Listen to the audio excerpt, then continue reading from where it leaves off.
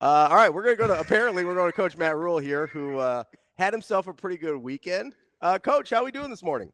How are you? You got issues. You got issues. You see what I deal with every day, Coach? Why do I have issues? I mean, it's 7:10 in the morning. I thought you had been up for about 3 hours by now, Coach. What's going on? I have been. I'm walking on the. I'm not walking on the grass fields barefoot. Getting some earth on my feet. Oh Lord! I watched the show the other day. Do you care about? Wait, how long do I have? Can I tell you this quick funny story? I watched the show the other day. It's called The Wildling. I'm notorious for watching bad television shows. But the girl in the movie ended up being part wolf. So they couldn't figure out why she liked to walk barefoot when she was a kid. But she said it was so she could feel one with the earth. Like, are you part werewolf? I mean, you're into this blood moon rising. Like, what do we got going on, man? Yeah, Holgerson got me into this. For thousands and thousands of years, we walked barefoot. So like the earth is healing, right? So like get all the bad energy out. So we got a little workout in this morning, and just trying to make sure my head's clear. So when I start watching the film here in about 15 minutes, I'm locked in. Well, first of all, I appreciate you answering. I was like, for my last 7 in calling you. I was beginning to feel some type of way. Well, you called me in the morning. This is if anybody wants to get me, this is when they get me. If you call me now, you really need to talk to me. It also probably helps that it didn't show up as Damon's number, right? Hey, bill collectors, right? You thought 888 or what? It was 402. That's why I picked it up. I was like, oh, it must be, Important. Must be someone that needs me. So how about? Oh, that's nice. I can appreciate that, but I do have issues. So no rest for the weary, though, huh? Just you knock out the win. You get on the tarmac. You celebrate. You got the nice red. I know Julie got that blazer for you. You did not buy that blazer. No, I have a little bit of style. Come on. We don't on. have to just start taking shots at that. You know what's crazy? You know what's crazy? What? That blazer, I bought that blazer, I think I bought that blazer like when I was at Temple, and it still had the tag on it. Because as I went upstairs to change, Susan was in there with Julie, and she handed me, she said, do you want to cut the tag off that?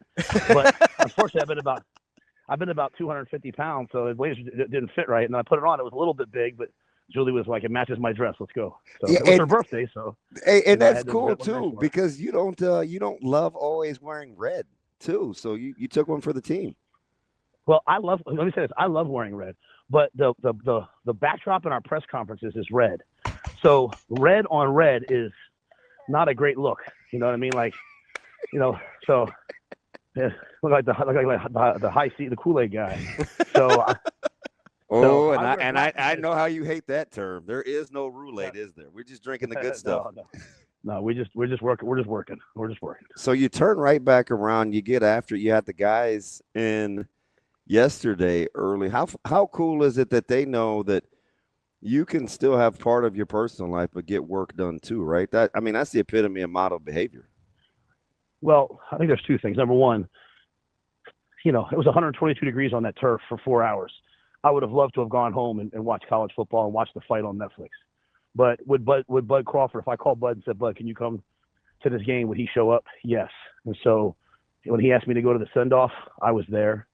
And then, we went to the fight because we already knew he was going to win and didn't want to not be a part of that history and his history and Nebraska history. And then secondly, I asked the players if it was okay. I went to we have a Unity Council like Coach Osborne invented, so we have a similar one. And I asked the guys, I said, hey, I don't want to be a distraction. The optics of this could be bad. And they were like, these guys, they were like, Coach, what are you talking about? And I was like, is it okay if I go to the fight? And Sierra says, well, you're going to miss the game? And Deshaun and them were like, come on, Sierra.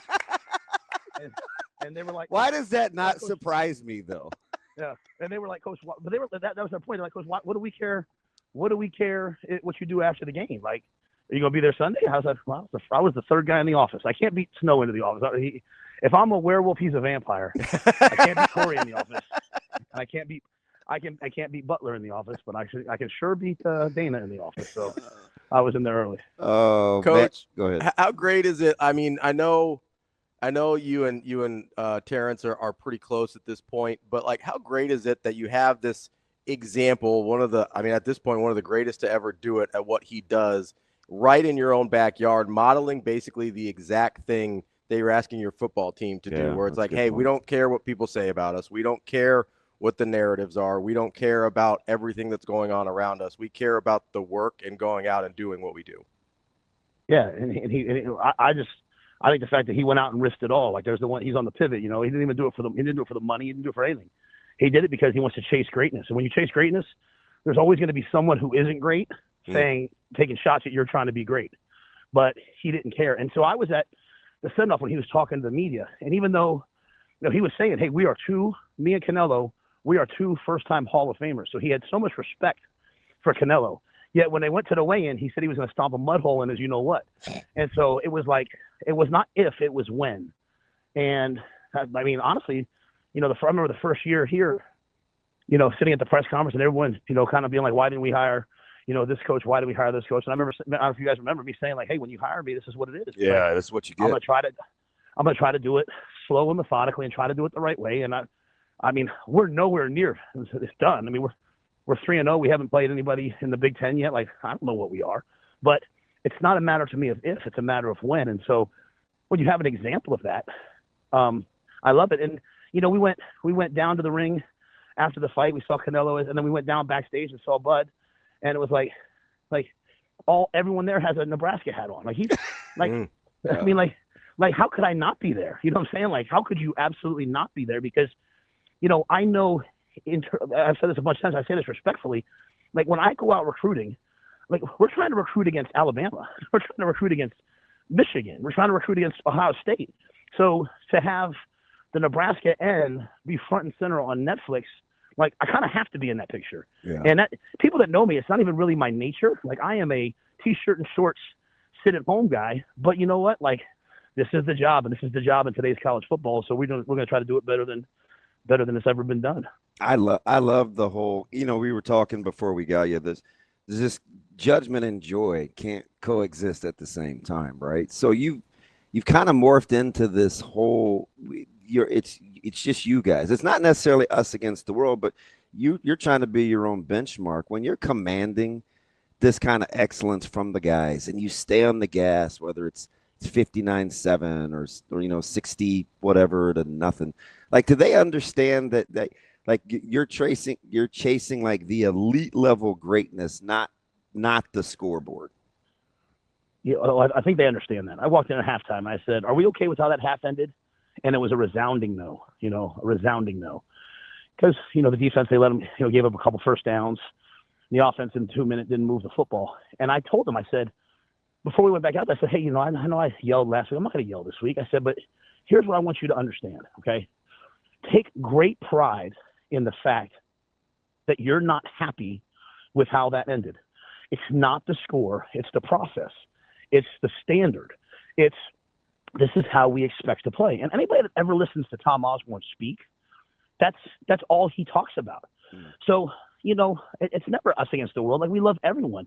And if people know, then I'll listen to them. If they don't know, I'm not going to listen to them. The only people that ever frustrate me, Damon, are people who should know but don't, or who should know but they profit off of saying things that aren't true. But for us, I tell our players shouldn't even listen to me as the ultimate authority. They shouldn't even listen to their position coach. Intuitively, as men, they have to watch the tape. They have to take in all the feedback from the coaches, and they have to decide, hey, what do I need to work on? What do I need to improve? So, we looked at that game. Like, we've had the ball inside the 5 9 times this year, and we scored 6 touchdowns. That's horrific. That's terrible. So, hey, let's fix that. But it doesn't have to be like, we don't need to do a whole segment on a talk show about it. Like, it's just like, hey, we need to fix this. You guys agree? Yeah. You guys are like, yeah, we need to fix it. Okay, cool. Let's move on to the next thing. So that's why I like this team. They're mature. Whereas last year's team was not mature. They were growing. This year's team's more mature. And guess what? Next year's team will be even more mature. It'll get more and more and more easy to communicate. It's interesting because I felt like not necessarily that I've had to reintroduce myself to a new coach, but I can tell like your intensity is now it's full bloom. It was always in there. It came out in spurts, but it's relentless.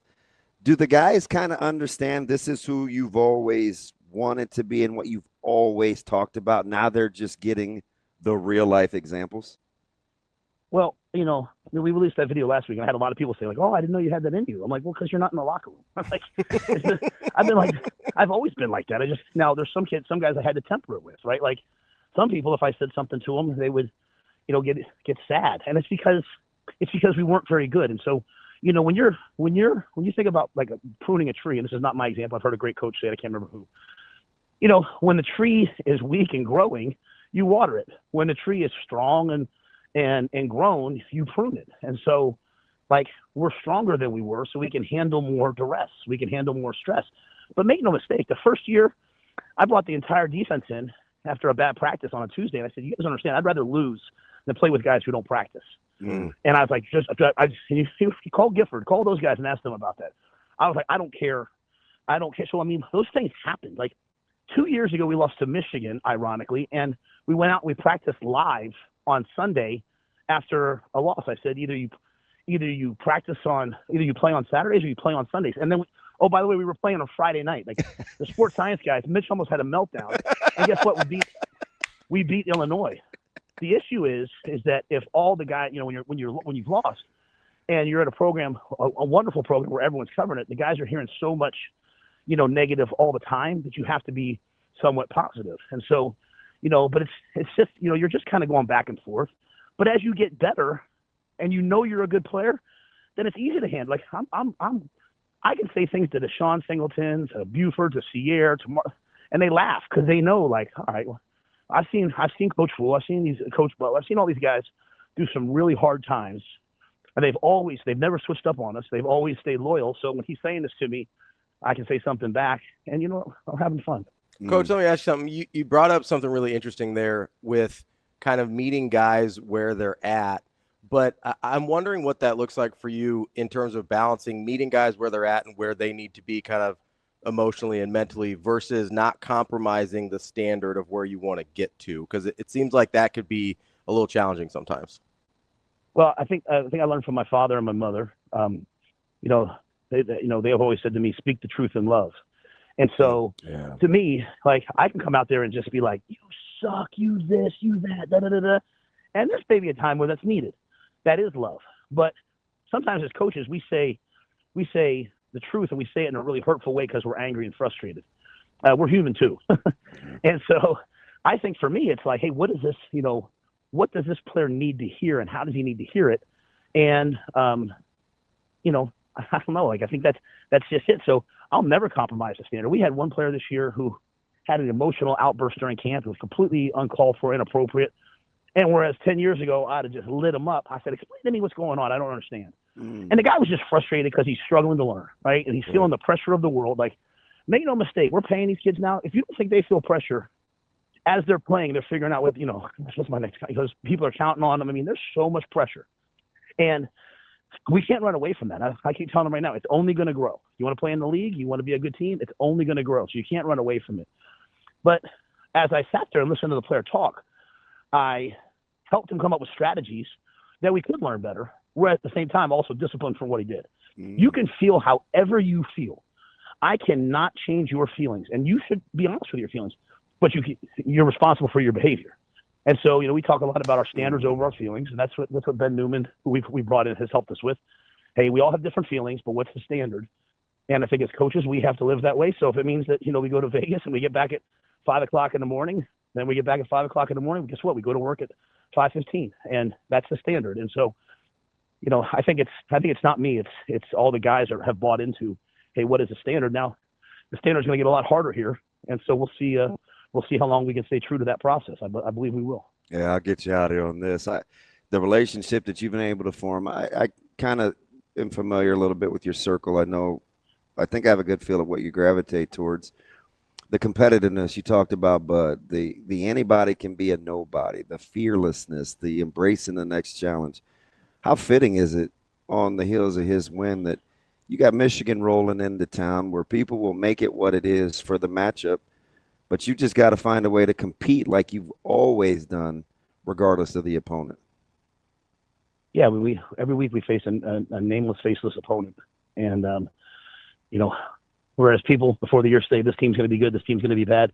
I used to do that. And I was sitting at the American Athletic Conference meetings with George O'Leary, and he was the head coach of UCF, and he had just become the AD too. And I was sitting with me, him, and Julie, and he was a unique man, and he always gravitated towards me, and just, you know, I was the New Yorker in me, like he always talked to me, and I was like, yeah, we got a tough one, you know, we got Penn State, and then we got Cincinnati, who's, you know, and then he said, Matt, play them one at a time. Stop talking about them. And I was like, yeah, but he's like, Matt, stop talking about them. And I was like, oh. And since that day, it's like, we got enough problems of our own to not worry about who we're playing. We respect them. We have unbelievable respect for everybody we face, but you know, we gotta deal with us. And again, I go back to, you know, the thing I took from what Terence did is it was not, he didn't say if I win, I will be he just said when, because he knows the way that he fights and he expects and believes in himself. And that's all we're trying to do. And at the same time, you came to Nebraska. When I got to Nebraska, you know, I would hear a lot, like, and even the players would talk about the schedule, like we got these guys, like almost as a bad thing. I'm like, did you come to Nebraska to play Houston Christian only? Like, didn't you come here to play top 25 matchups? Didn't you come here because you think you're one of the best teams in the country? And aren't people supposed to be complaining that they're playing us? And I get it that we're not there yet, but you know, there's stages to this, and you guys know this. If you want to do it right and have it built to last, and so what's the first stage? I told the guys yesterday, like, it's been 2016. I think it was 2015 and 2016 that we were undefeated in the non-conference. You know, that we went 3-0 non-conference. Before that, I think it was 8 conference games. Well, guess what? I mean, 2 years in a row now, we've got 3-0 non-conference. Well, everyone can say, well, you didn't play these guys. Well, I mean, we lost to Troy a couple years ago, right? We lost to Georgia Southern. So have the players, has the administration, has the fan, has everyone who's invested, every person that buys a seat, every person that gives NIL money, have we all rallied, and have we started to beat the teams that we're supposed to beat? Yes. Well, now we get to play these big games. You know, when I say big games, I'm talking about conference games at home in front of a crazy crowd. Yeah. That's why you came to Nebraska. Do you have some special relationship with the student section? Because they have delivered early in the season in terms of them being at the games punctual. Are you sending out like subliminal messages or what? No. I do go out and walk before the game, and you know, we have kind of an invasive pregame sideline. There's people walk up to you with a cell phone and take pictures of you. Like I tell Keith all the time, like, you know, I love the media, but can we get them off the field? Hey, listen, I left you alone 2 weeks in a row. I know you did, so let's keep it, like, and we won. So I'm not saying you're bad luck. Wow. But I also, if you don't know if you've noticed, I don't go out before the game anymore. I know. Like I went out when we first got there 2 weeks ago. I had to go out and do media. This past week, I walked around the field 7 times, you know, which is biblical, you know. And so I was like, hey, I'm going to go claim this field, walk around it 7 times. And the students, there's a bunch of students out there, and I, you know, wave at the students. But I just think at the end of the day, I think our game operations have done a good job. From the Will Compton video to the you know, the highlight video last week to the, you know, there's been balloons some games, the light show. There's all kinds of cool stuff happening at the game, none of which matter to me other than I do want my wife and kids. I do want Jenny and Zoe, you know. I mean, I want everyone to go and I want them to have fun at the game besides just the football, and I want the football to be good. So we're working on the football, but I think Brendan Meyer and all the marketing people have done a good job. And so you want the students to go to the game. And you know what I was proud of the students? You know, a lot of them left at halftime. I was like, go have fun. Go take over O Street. You know what I mean? Like, I want, as much as I appreciate everyone staying for the whole game, it's like, it is kind of nice. It is kind of nice to have some games where everyone on our team gets in the game and the students can, you know, it's about 1:30, 2 o'clock, and they can go be college students. So it was nice to have that type of game. This game will be a 4-quarter, maybe a 5-quarter war.